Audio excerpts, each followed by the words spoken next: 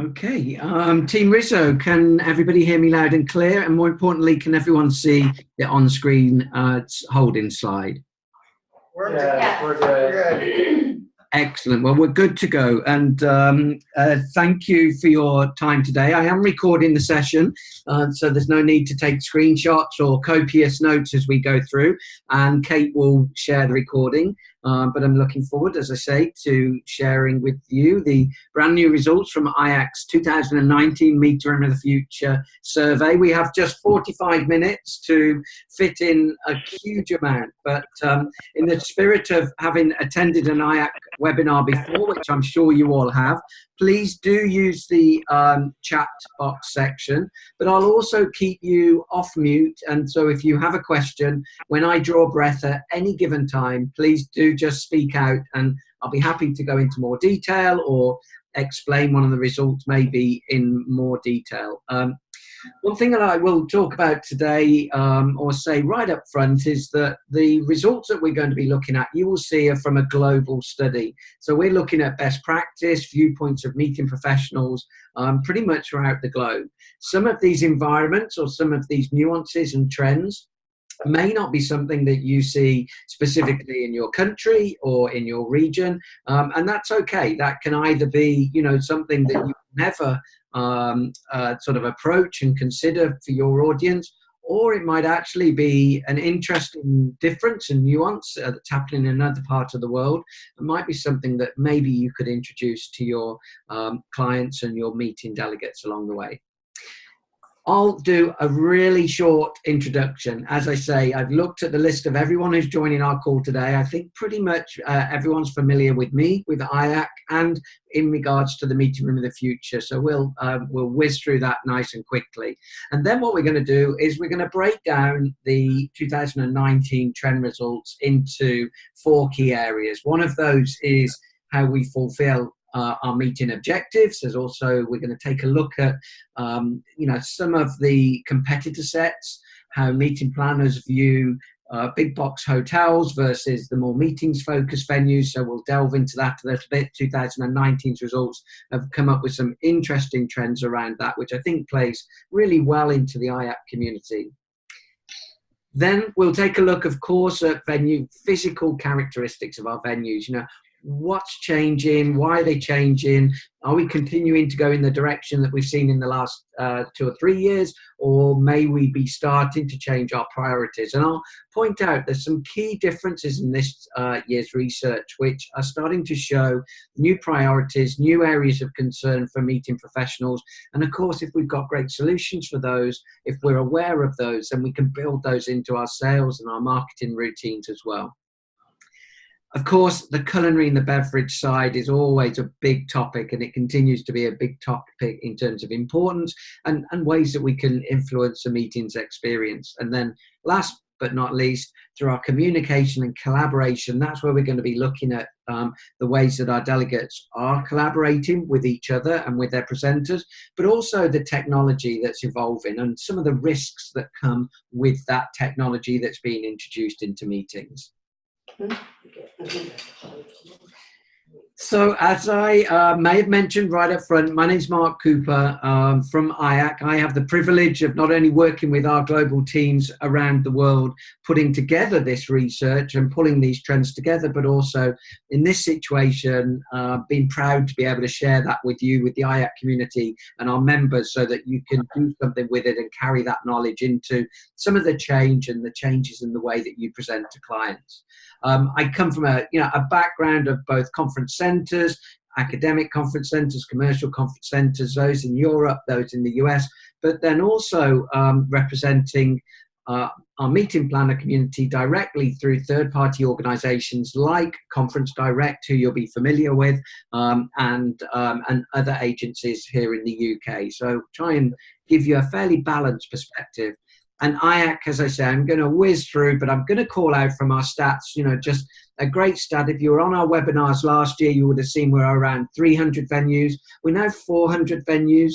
So the association's growing, the club's growing, the exclusive network of IACC is growing. And of course, that gets us, closer and closer to our goal, which is to be, that 1% market share globally, 1% of the top meetings focused venues around the world. So exciting to be able to also report a little bit of growth as well within IACC in 2019. This year's survey, exactly the same as 2 years ago. So biannually we go to the meeting planner community, and then in the year in between we go out to the meeting venue and supplier community. So last year we interviewed venues and suppliers. 2 years ago, 2017, we went out to again around 250 respondents, meeting professionals, many of them part of organizations like MPI, and also our direct customers.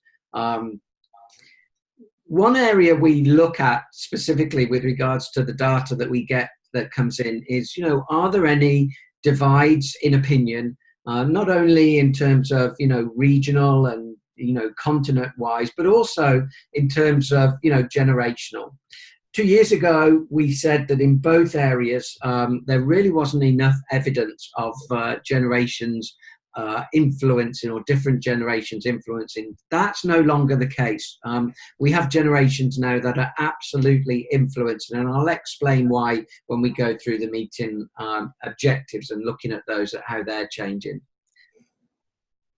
Another important area that we feel it's really our job to help the IACC membership and our venues get a grasp of is, are there any differences in priorities that a meeting planner gives to either evaluating or using a venue compared to the level of importance that we think that venues put on something. I'm going to, 2 years ago when we ran this survey, we talked about a disproportionate level of priority that was given by venues in terms of internet speed and accessibility and infrastructure, i.e. it was one of the key reasons why, and it still is, one of the key methods of evaluation of whether a venue is going to be suitable. What we were seeing was a misalignment with venues where they kind of got it that, the internet was important.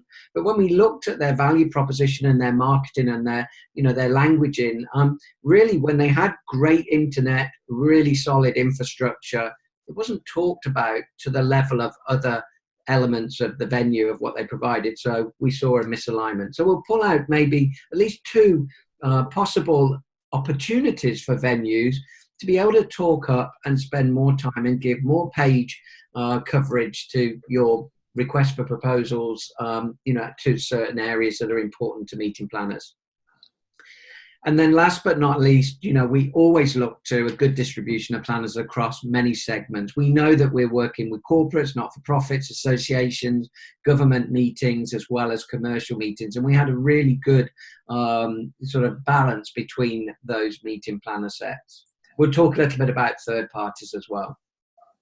And we continue to bring together what we consider to be the brightest minds in the industry. People like Corbin Ball, organizations like PSAV, Microsoft, Tracy Struckworth, one of the great food, dietary and allergen experts in our industry that's really making big changes. So we bring their opinions in when we look at the data, to try and get some perspective, opinions on them, or maybe some reasons why things are happening. Now, in this environment, of course, it's really difficult for us to be able to kind of have a round the table discussion. So I'm going to kind of just plant the seed with you. As we look at in a minute some of these key trends, maybe just take a moment yourself to think, well, from my perspective, what will our industry look like? What do we foresee are going to be the biggest changes in our industry, in our venues in 5 years' time? 5 years' time, one of those periods where it's not too far in the future that it's really all blue sky thinking in terms of robots taking over humans, whatever it might be. But these are things that are tangible. We're starting to see some signs of them. How is augmented reality, virtual reality, etc. going to change? Now, how are people going to learn at conferences and meetings differently to what they do today? Or maybe how delegates communicate and collaborate with different technologies. Even if we're not putting these in place today, just by spending a little bit of time over the next few days thinking about in your opinion, where may we be going? They make for great conversations with your meeting planner community, with your customer base, and again, it gives you that credibility that you're forward thinking as well in terms of an organization. You recognize where we're heading, why we're heading in that direction. So just encourage you all, think outside of this, do a little bit of brainstorming. It's interesting, the ideas that come from within as well as outside through reports like Meeting Room of the Future. So I mentioned one of the first areas that we're going to look at now is meeting objectives, and one of the key things this year that's coming out screaming at us is, meetings now in the future, it's no longer your parents' meeting. And what we mean by that is that actually the generations that are starting to influence have gone from influencing at a delegate level, but they're now influencing from within the meeting planner community. They're now responsible for designing meetings, and they don't want it to look or feel or smell anything like the types of meetings that their parents used to attend. So the pace of change around that, influenced by generations, that's one of the key areas, is rapidly moving forward now, whereas it was a little bit organic in the past. But as we look at some of these changes and we look at some of these trends, 2 years on, there's as much that's changing that's different, that's starting to have a different set of priorities. But there's also some of the key things that we knew 2 years ago that continue to be, needed. So we need to continue to create memorable experiences.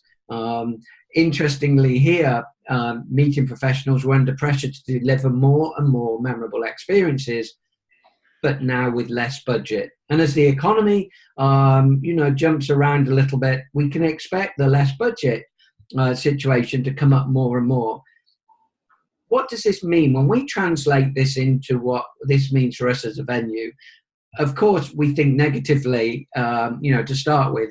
Oh my gosh, we've got to create more with less budget, and it's going to be tougher for us to do it. Our clients want everything; they want these memories, but they haven't got the means to pay for it. Just put yourself in the position, which I know the IACC members are in. You're in a position to create the memorable experiences way more than some of your competitor set are willing to. And so I would say that from this set of statistics, actually, it gives you the ability to, flex your creative credentials a little bit more with your clients, to be able to say, we know it's important, and we've got creative ways that we can create those memories for your delegates without it really hitting your budget. And that, we think, is going to be a major player in the future. If there's not a great deal of awareness in terms of this term multisensory meetings, I'd encourage you to take a look at it. We don't need to be psychologists, or neuroscientists to be able to understand this. But, sometimes when we talk about creating these experiences for delegates, we think about money, we think about bringing in companies to do things, but it's not necessarily about how much money was spent, but it's how many positively memorable moments that attendees of the conferences can recall from their meetings. And some meeting professionals now have gone to the extent of creating what we call a sensory exposure audit.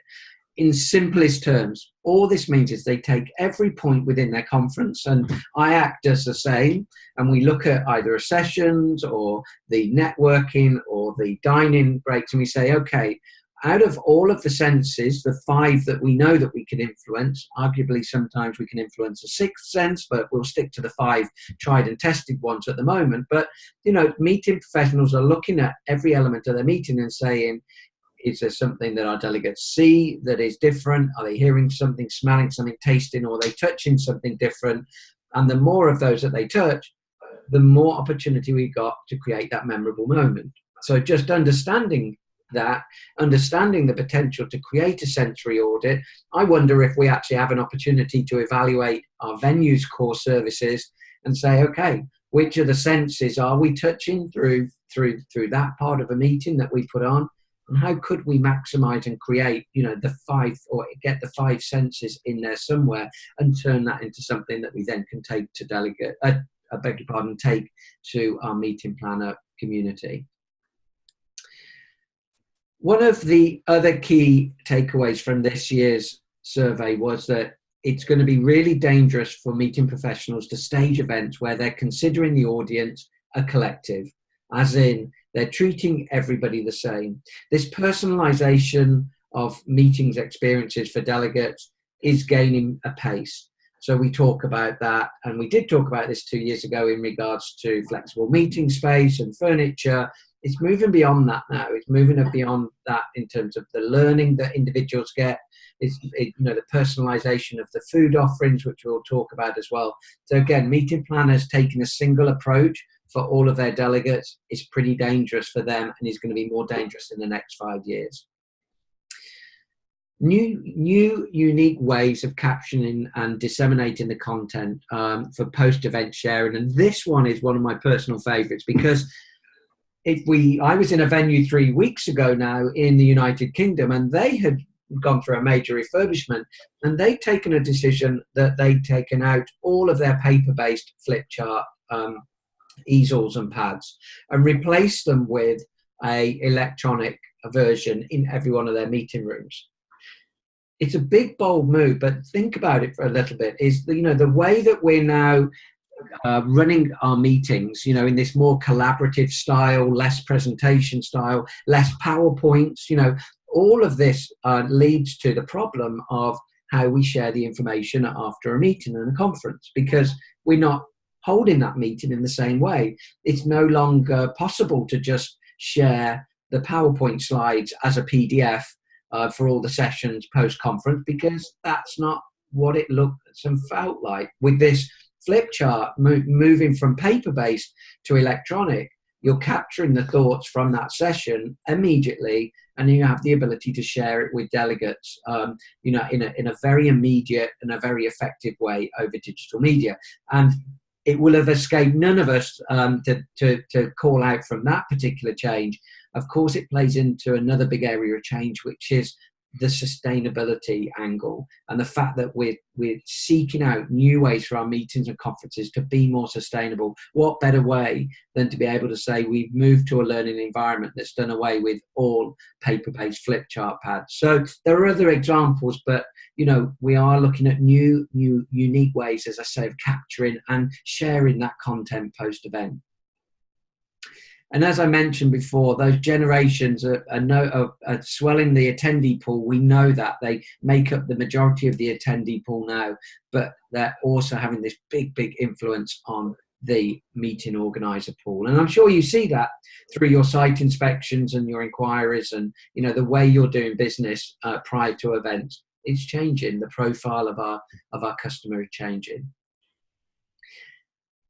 In 2017, we knew that creating or involving more experience creation in conferences and meetings and training was going to be bigger in the next 5 years. It's no surprise that actually we're continuing on this path, but moving from a really high position of 80% to 85%, it's showing that not only is it still important, but it's still increasingly important. And so we don't expect this whole meetings experience creation to go away within the next 3 to 5 years. We think we'll get smarter. And because of that budgetary issue, our meeting professionals are going to work with venues and suppliers to their conferences and their meetings that have the ability to provide that. They're not just competent at providing their core product.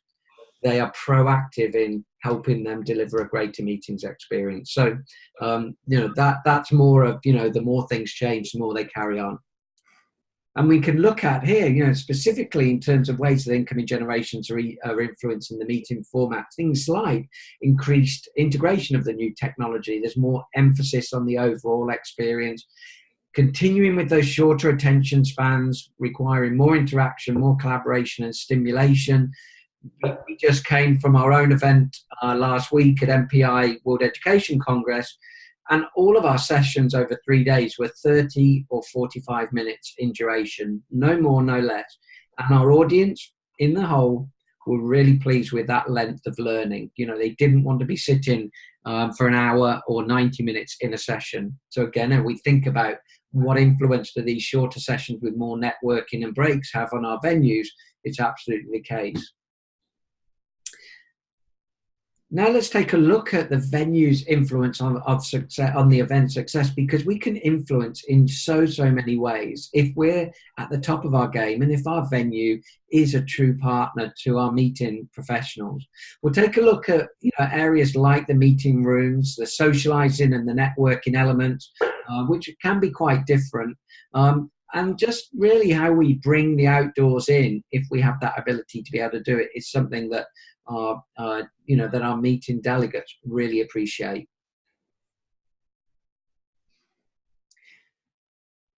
Technology as well. When we look at the elements that meeting planners will consider outsourcing, we ask them specifically if you will let things go and take them out of your control to bring another company in. It's really interesting that meeting professionals today seem more willing to give things up. They're not as protectionist as maybe they were in the past, maybe because their roles are multiple in terms of different threads. So running meetings is just one part of their job rather than 100% of their role. They're willing to let some of this go, particularly around areas like event technology, which was a brand new question this year. But also you'll see high scores in areas like digital media capture, so video streaming and social media, because there's more reliance on it, there's more activity. There certainly is around IACC events, we know that. We're doing more and more that we've needed to move beyond an excellent volunteer base, and in terms of getting involved in our events, to a professional organisation coming in and taking over that. Now, if you can provide some of these services, housing management, on-site registration, if you've got the capacity to do that, for some of your clients, that may be a welcome additional service that you can provide because they just don't have the bandwidth to do everything that's required of them today. So let's take a look now at our meeting environments, our venues. The way we train has evolved, but has the venues evolved and the way we set out our meeting rooms? And because this is more of a message to the IACC membership in terms of venues. There's a huge amount of change that's taking place in terms of the way that meetings are constructed, the content is delivered. But if they're not changing their environments from a venue perspective, then they're getting concerned. They're evolving in some regards and not in other ways. Now, if you are, for instance, in a sales position and there's a client that you've never managed to get to your property because they've always taken, in your opinion, maybe a lower cost, a duller, more sterile training environment, and you've never managed to get them to make that move and invest more in the environment that they train in or hold meetings in. This is the stat that I think is one that's a really powerful one, to go to them and say, have you evolved the way you train, the way you've learned, the content, your dissemination? Okay, then why are you still in the same venue that you've been in for the last 5 years? Because quite clearly, it's a critical element. But that for me would just be one of those low-hanging fruits that we could jump on. Organisers still place a high priority on meeting room space, acoustics and lighting. That's good. That's what we're good at. And they're still gravitating away from those multi-purpose ballrooms in big box hotels, which have got no natural daylight, where all you can hear is the air conditioning or the barcode projector whirring away. And this new word's coming about now. I don't know whether it's different to this networking, socializing, but I'm talking about the importance of the space outside of the meeting room that's got that linger effect. When you're at a venue and you gravitate in terms of small groups for discussions, and some venues people dissipate from an area really quickly, and other ones just seem to hold people. People want to hang out there. It's a cool place to be. So venues that offer really cool linger effect spaces play well into, the trends that are seen. And here's a couple that I just pulled out from a couple of venues, one in New York, one in London in the UK, and these are just spaces that have no other purpose other than, yes, they're serving tea and coffee as well, but just spaces for our delegates to hang out. If you've got these, it's really important to be talking about them in the context of providing socializing spaces and avoiding putting your delegates into dull areas. Major areas that our meeting planner community sort of, highlighted, we asked them in 1 or 2 words to be able to pull out what they want their space to be. Not surprised, bright, flexible, open, tech equipped, but the word fun came out a lot this year. So, just as now it's okay to socialize and not necessarily network, it looks like we're moving into an environment where fun's okay too. So through those facilitated networking, icebreaker sessions, etc., these incoming generations want stuff that's fun and can serve a purpose professionally, but can be fun in the delivery. So we'll keep an eye on that as well. Preferred meeting room types, no surprises here. Flat floor meeting rooms, because of their flexibility, are king. Those rooms that offer home-like lounge style informal seating, really important as well. Color, design features, all equally important. Nobody wants to be in rooms with no natural daylight, and nobody wants to be in auditoriums. However, what I'm going to do is I'm going to give you maybe an example of that. Let me just flick on one slide for a moment. So here's an auditorium. It's a brand new one that was designed only this year on the right. This is a really small room. It only has 40 seats, and it feels like, and it is almost more of a cinema room, a cinema setting, than it is a lecture room. Got high quality sound, big screen, audience close to the front. And this has been really popular for when clients have needed to and wanted to run videos or rebranding videos, or even just have a social evening watching a movie or a match or a game at the end, in the evening after dinner. So they do still have a place, but maybe in a little bit more of a, more of a specialist environment. But still, as I give you all of these general trends, I recognize as well, there are still environments and customers which do like to deliver their content in a tiered auditorium style setting. So, we have to respect that also. It's just not generally where the audience is going. And then look at the room on the left. When we talk about design, we talk about color. That's a boardroom that's in Los Angeles. And I'll flick back to the other original slide. This is where we talk more about the flexibility. So look at the settings. If you've got furniture like this, which is easy to move around, to form small groups, to reform back into big groups multiple times in the day, where delegates can do it themselves and not necessarily need conference services to come in and do it, do use that in a sales and marketing proactive way. It's a positive light, because our meeting professionals, when I stand in front of them, and last week was a great case in point, they're still asking the question, we want to be more flexible, but the venues that we're using, it costs us so much money to be able to recreate these environments and these areas in different settings. They're still using venues with the heavy round banqueting rounds, with the heavy banqueting chairs, which have not got that flexibility to be able to unform these small groups or come back into these plenary settings.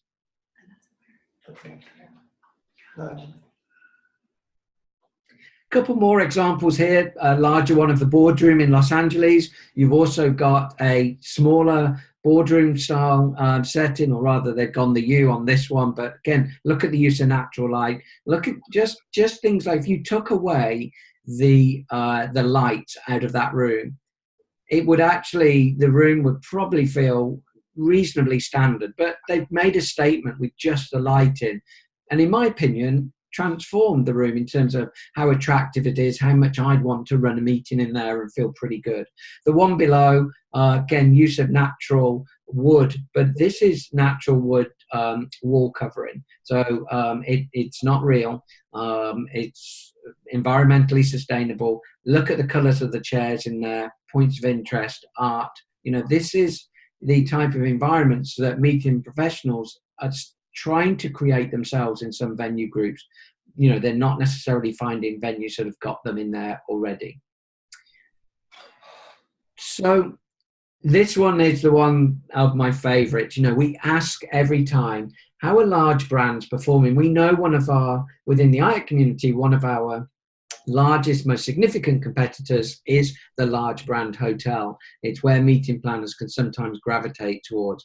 And right up there with the survey results of last time, you know, technology, they rate, you know, positive influence in terms of, you know, of doing a good job. Staff, meeting room design, all pretty good. Flexibility, yeah, okay, but the negativity starts coming in here.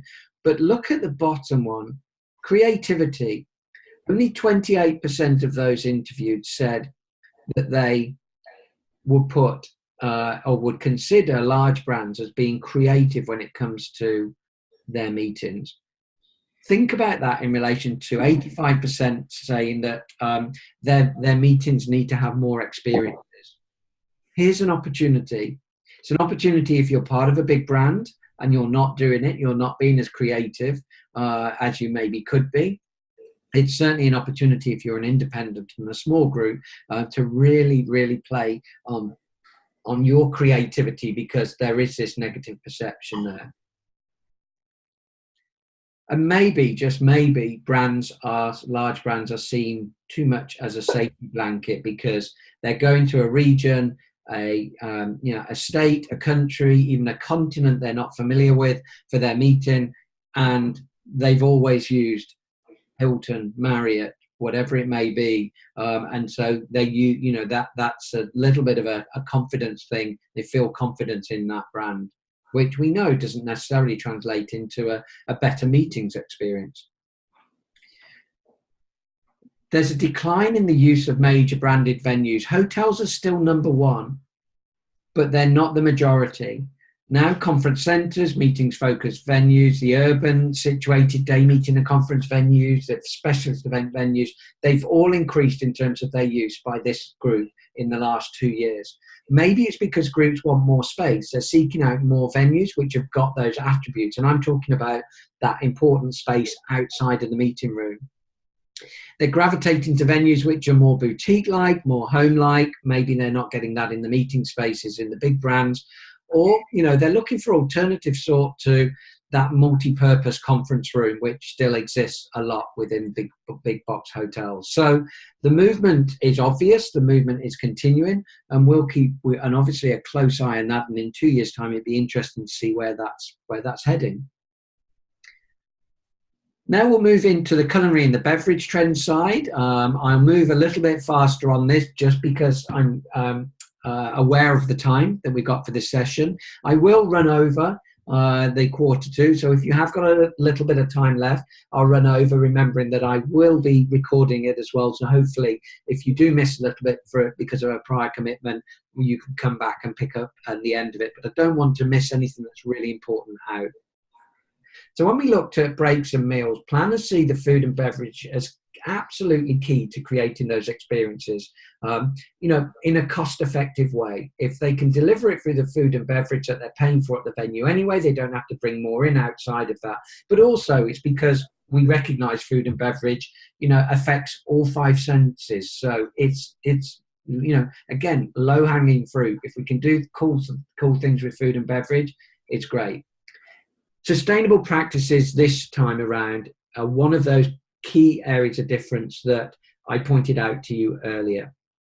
They rank highly. They rank highly with our meeting professionals, but they're ranking highly at the point where they're selecting a venue. So that's really interesting to see. There's evidence that venues who are not willing to develop, for instance, menus around the client's needs, they're being discounted for that purpose alone. Whereas maybe we come from a history of having those conversations after the contract's signed, normally 2 weeks before the event happens. So that's an interesting one. If you have, and we, in our sessions within IACC over the last few months, anything related to sustainable foods, allergens, dietary requirements, these are all really hot topics. So let's play to the strengths that we have and also these priorities with meeting planners. And, seasonality and provenance are both considered important. Again, that's linked very much to our sustainability credentials. We had, 89% would look for healthier food and beverage offerings, more creative breaks, more flexibility in the break and meal times. Great for those of us who provide that continuous refreshment break station, put effort into and invest into creative options and variety at different times of the day, bringing in local suppliers, produce, moving away from wrapped products that you'll find in every supermarket around the world, moving to things that they'll only find on your break stations, they wouldn't get anywhere else. These are all key areas where we could play into the needs of the meeting professional. And when we think of our AM and PM refreshment breaks now, and this one example that we've got here is from a conference venue in Europe. And it's it is the regular refreshment break area. It's got that look and feel more of a coffee shop, more of a Starbucks style than it has a conference venue, both in terms of variety. If you may not be able to pick up, but on the walls, some of the messages that are coming out on the walls there are related to it being fair trade, where the beans are coming from. It's sustainability. It talks about the cups are 100% compostable, but you see this environment is one which is a lot higher quality. Like I say, we're looking for the coffee shop culture now, as opposed to a trestle table with those pump flasks on, which we know exist still to this day, but maybe not for too much longer.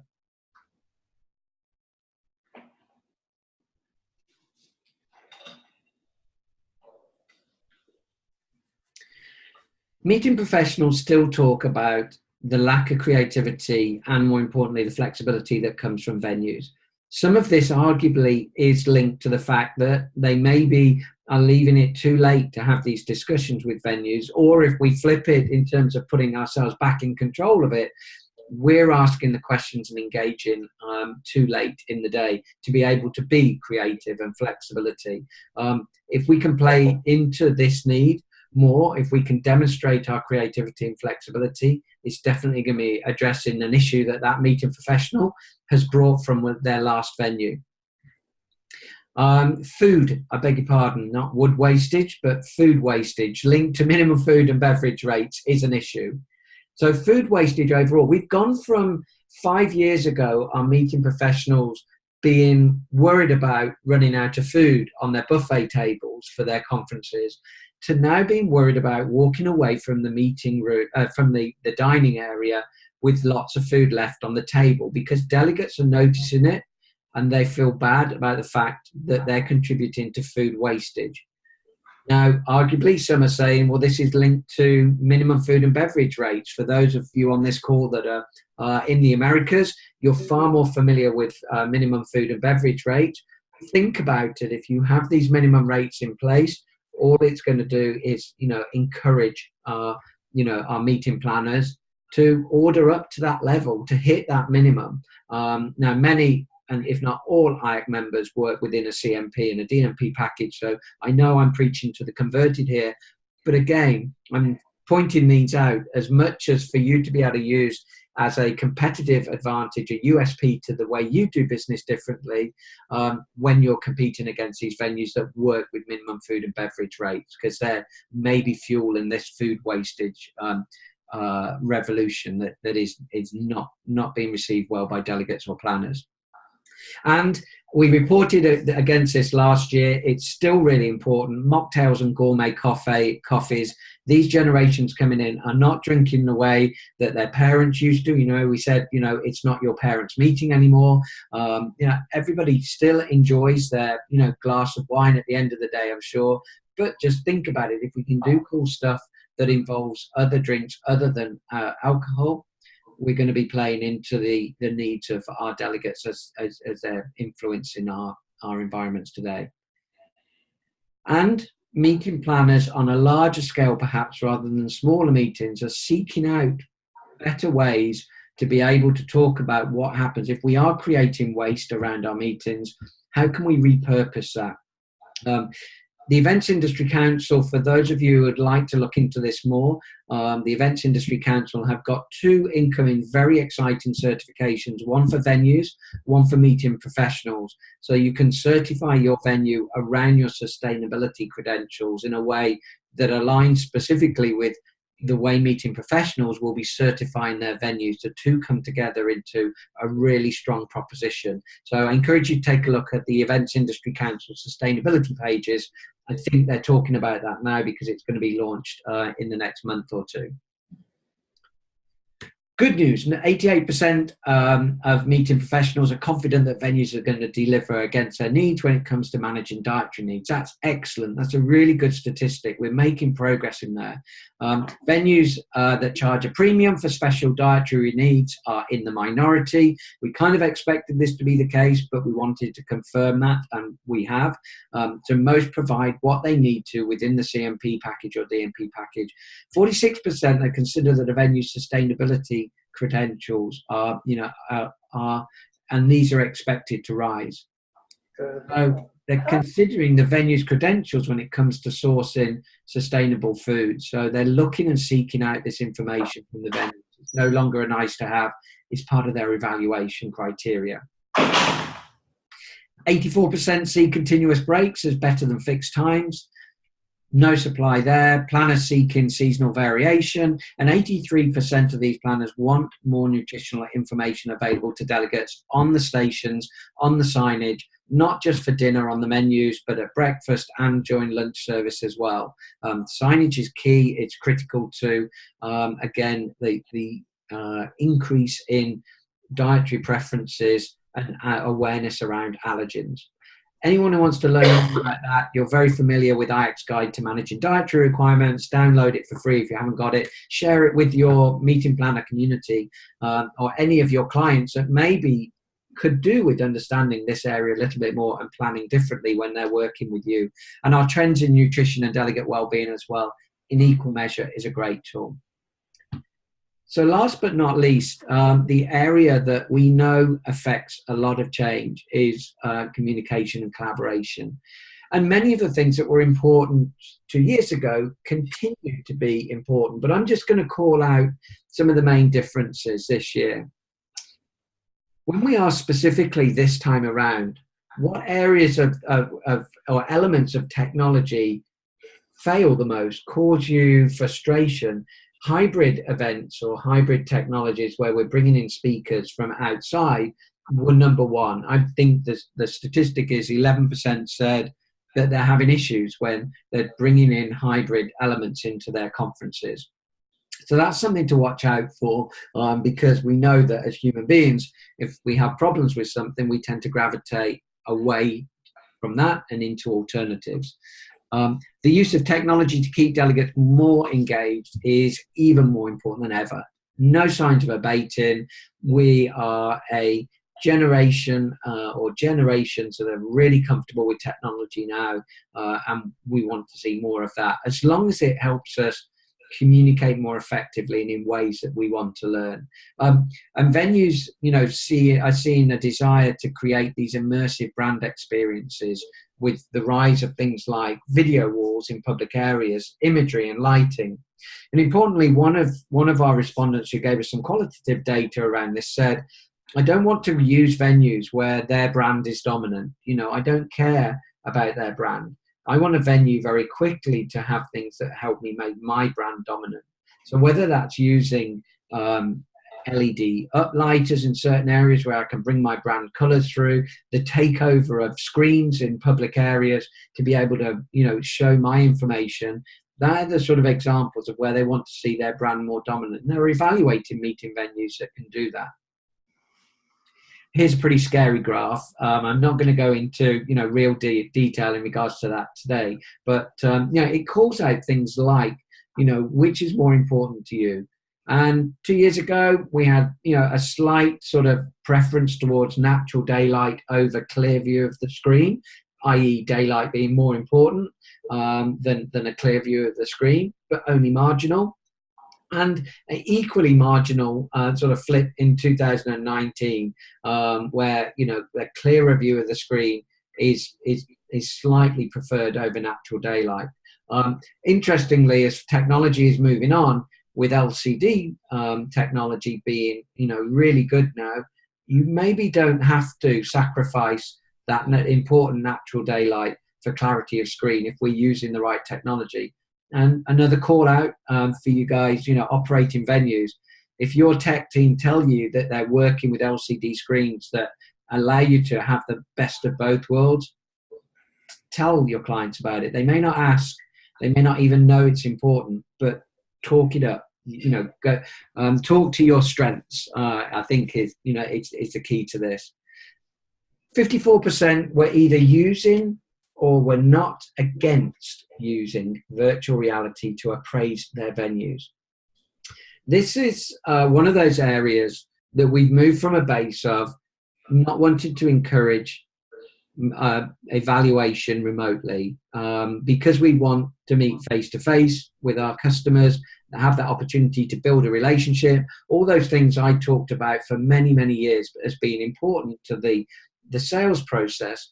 Well, we can fight and we can kick and we can scream as much as you want, but it's not the direction that the industry is going in. And there are reasons why it's not. And part of the reason why the ability to evaluate our spaces now remotely is becoming better. That virtual walk in the venue is almost as powerful as coming to the venue and being able to walk around and get a feel for those public areas or get a feel for the meeting rooms in relation to the breakout spaces or the restaurant space. They're getting really good. Organizations like All Seated have put a huge amount of investment into it. And we're starting to see now, by the fact that 54% are using it or not against using it, the majority is open to using it.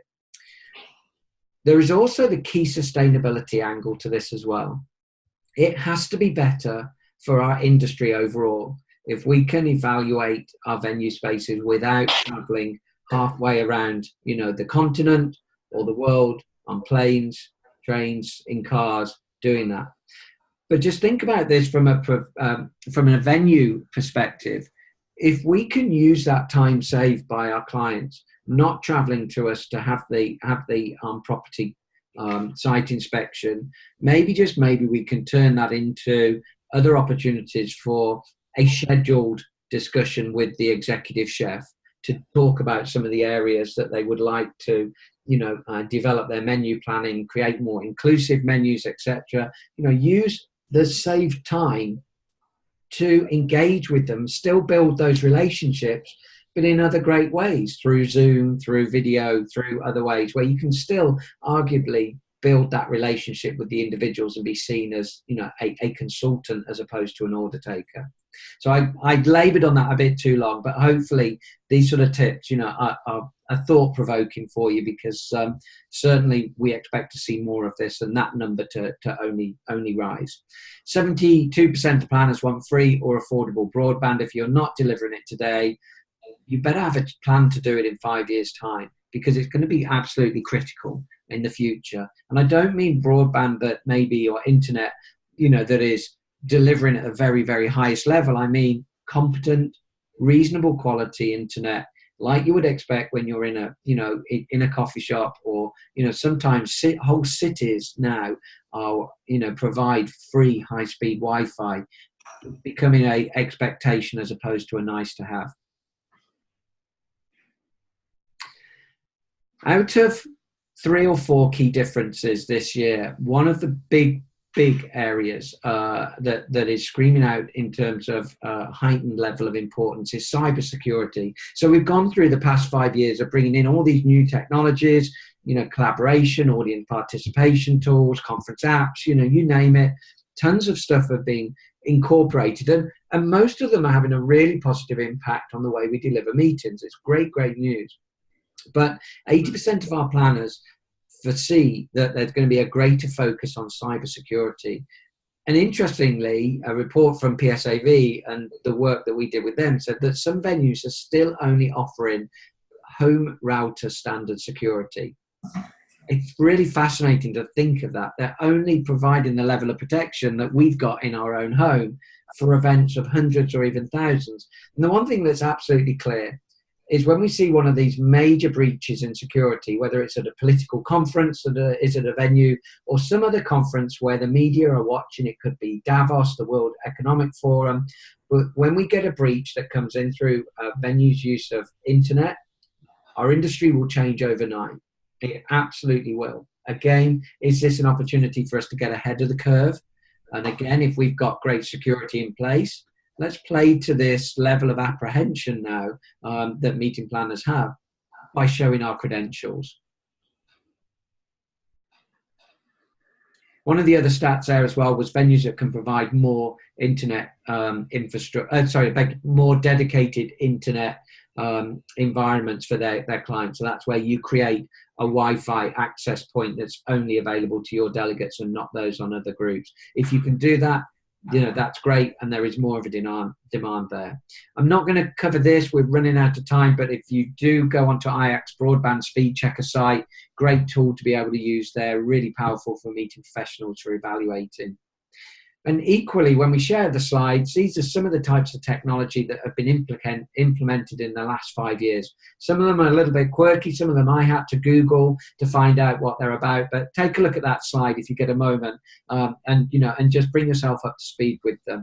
And of course, within IACC's list of guides, you've got the guide to conference and meetings internet, a great guide for both venues and for meeting professionals.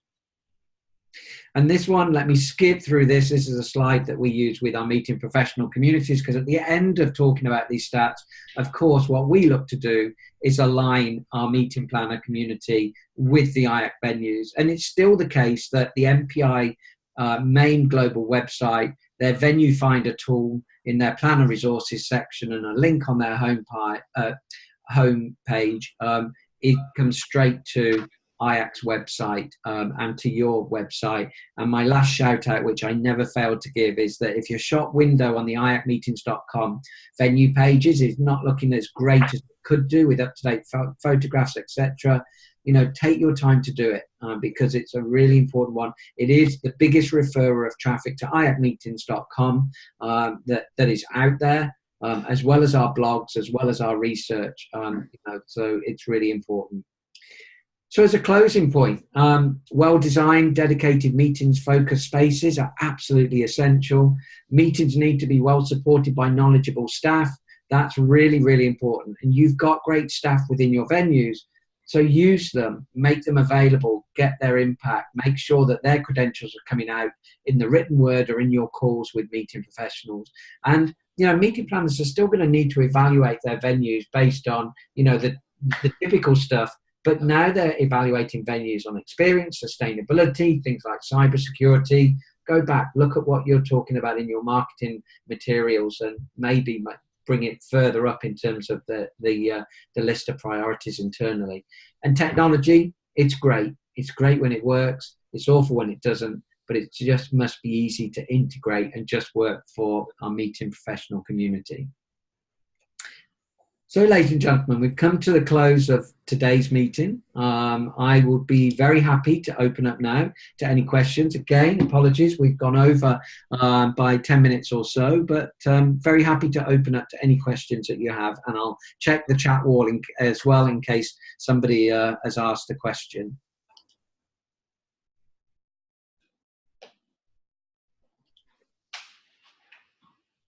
Okay, so we have no questions on there.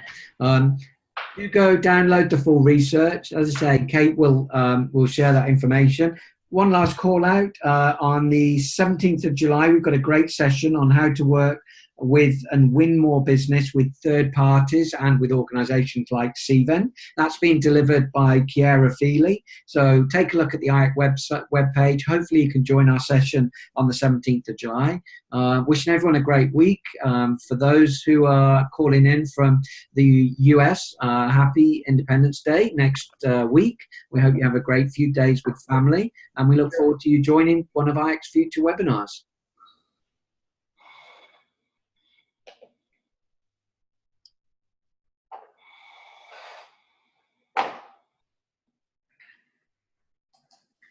We're good.